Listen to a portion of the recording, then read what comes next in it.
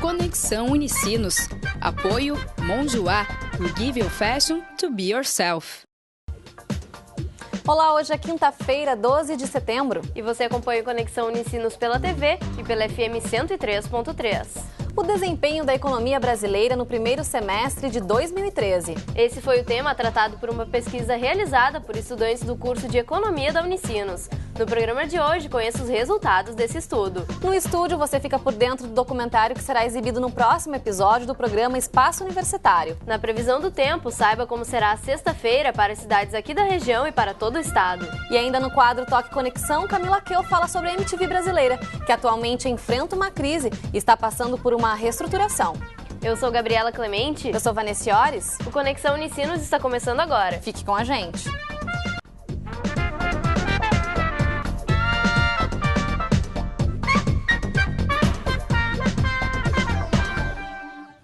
A economia brasileira cresceu 1,5% no segundo trimestre deste ano, em comparação aos 3 meses anteriores, de acordo com dados do IBGE. E para falarmos mais sobre o desenvolvimento da economia no primeiro semestre de 2013, nós recebemos aqui no estúdio Divanildo Tríquias, professor do curso de Economia da Unicinos, também com a gente Augusto Andrés e Jardel da Silva, que são alunos do curso e desenvolveram uma pesquisa sobre o tema. Olá, sejam bem-vindos ao Conexão, tudo bem? Boa tarde. Olá, sejam bem-vindos. Bom, professor, esse estudo ele foi, então, desenvolvido durante uma disciplina, análise de conjuntura do curso de Economia, né? Como é que foi, então, essa proposta para os alunos? A proposta é assim, a gente seleciona vários temas da economia internacional, a economia do país, e aí se separa a turma por grupos.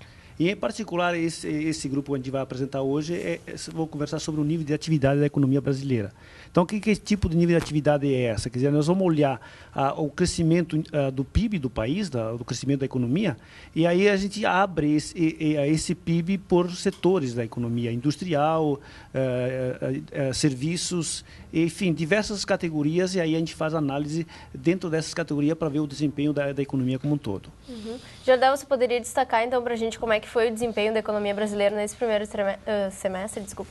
Nesse primeiro semestre, a economia brasileira teve um crescimento de 1,5%. Isso, e no segundo trimestre de 0,9%. Esse crescimento foi impulsionado principalmente pelo setor agropecuário, que é bem significativo no país. E, Augusto, conta pra gente quais foram os setores que mais se desenvolveram, então, nesse primeiro semestre do ano aqui no nosso país. O destaque do primeiro semestre, então, ficou com o agronegócio, que teve a projeção para 2013, ficou em 186 milhões de toneladas, que representam um acréscimo de aproximadamente 15%, comparado com o mesmo período do ano passado, com destaque específico para soja e para trigo, que vai ter o crescimento superior aos 20%. Já na indústria de transformação, o destaque ficou para maquinários e equipamentos, que vai crescer da ordem de 5,6%, cresceu já nessa primeira parte do ano. E também a produção de autoveículos, que de janeiro a junho teve uma produção de 320 mil veículos, o que representa um acréscimo de 18% na comparação com o mesmo período do ano passado. E o comércio amplo teve um bom desempenho também, com destaque para material de construção. Bom, a gente sabe que tiveram setores aí que se desenvolveram bem, mas também tiveram setores que não apresentaram tão bom desempenho assim, né, Gabriela? Uhum. Quais foram os segmentos, então, Jardel, que apresentaram o pior desempenho? O pior desempenho na economia brasileira, dos 27 setores estudados pelo IBGE, 15 tiveram variação negativa do segundo trimestre em relação ao primeiro, com ênfase principalmente no setor de farmacêuticos e a produção de veículos automotores. Um panorama geral da economia brasileira, o primeiro semestre também foi marcado por uma alta taxa de inflação, que chegou a bater na banda máxima, estipulada pelo Banco Central, e também por uma fraca expansão no consumo das famílias e na criação de empregos. Uhum. E, professor, qual foi o desempenho do mercado de trabalho e que relação teve com os gastos e o orçamento das famílias brasileiras? Então, o mercado de trabalho acabou dando alguns sinais de arrefecimento, quer dizer, uma queda da taxa de emprego, né? Ou seja, aumentou a taxa de desemprego na economia, e também teve uma pequena redução do nível de salário da sociedade. Logicamente, quando isso acontece, vai refletir, porque isso representa o poder de compra da sociedade, quer dizer, o ganho, a renda, o salário, representa esse poder de compra. É evidente que se cai isso, então você vai ter uma menor poder de compra. É claro que, como já mostrou há pouco, quer dizer, ele falou há pouco, o Jardel, que houve uma redução do consumo das famílias na economia, quer dizer, esses sinais de arrefecimento em si que que aconteceu. Tá certo, professor. E Jardel, como é que evoluíram os investimentos na atividade produtiva da economia? A formação bruta de capital fixo, que é o expoente máximo que determina o investimento no Brasil, teve um crescimento de 6% em relação aos 2 primeiros trimestres de 2012. Esse crescimento foi principalmente impulsionado pela produção de veículos. Sim, na verdade o que acontece é que na média do investimento do país, ele teve no último semestre em torno de 18% do PIB.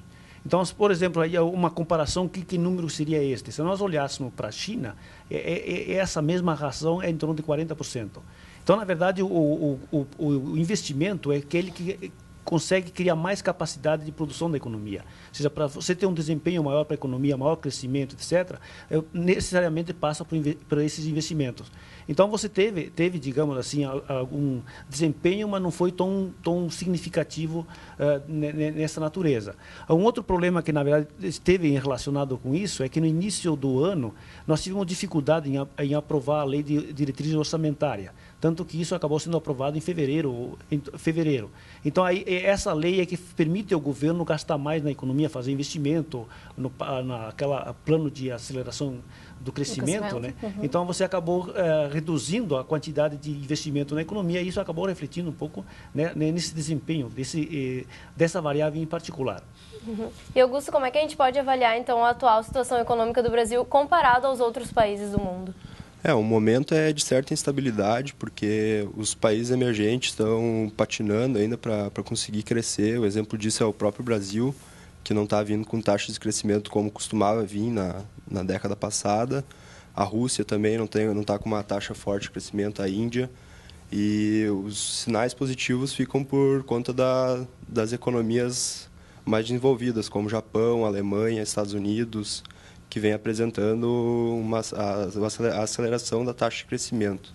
A própria China, que tem uma taxa de crescimento um pouco mais elevada, está com a taxa desacelerando, ou seja, está crescendo menos do que crescia.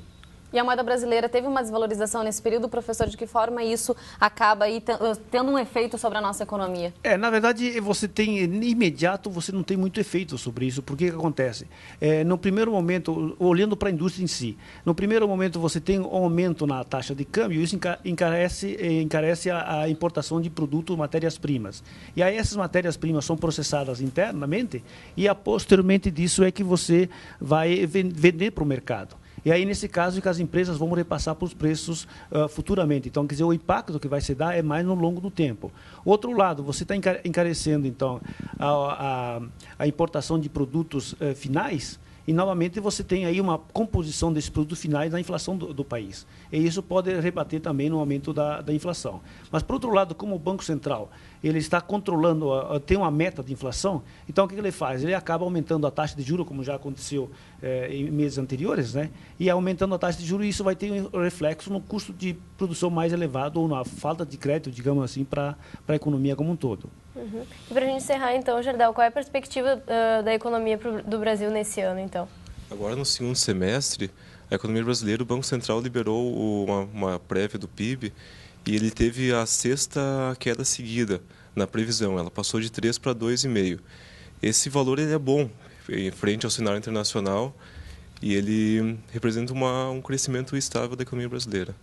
Tá certo, a gente pode esperar aí boas expectativas para esse ano, então, professor, que ele feche com um saldo positivo. Qual o senhor acha que vai ser o maior desafio, então, para isso? Eu acho que sim, você vai ter um crescimento da economia, mas talvez não é tão esperado quanto o governo imaginava no início, que nem aconteceu no passado. A previsão era 4,5% e a gente chegou a 1 e pouco, 2%. A mesma coisa está acontecendo mais ou menos esse ano. Quer dizer, inicialmente, no ano também, você tinha uma previsão de 3% e 4%, e aí, cada trimestre, o Banco Central e o próprio governo está reavaliando essa previsão, mas com uma previsão pior, na verdade, né?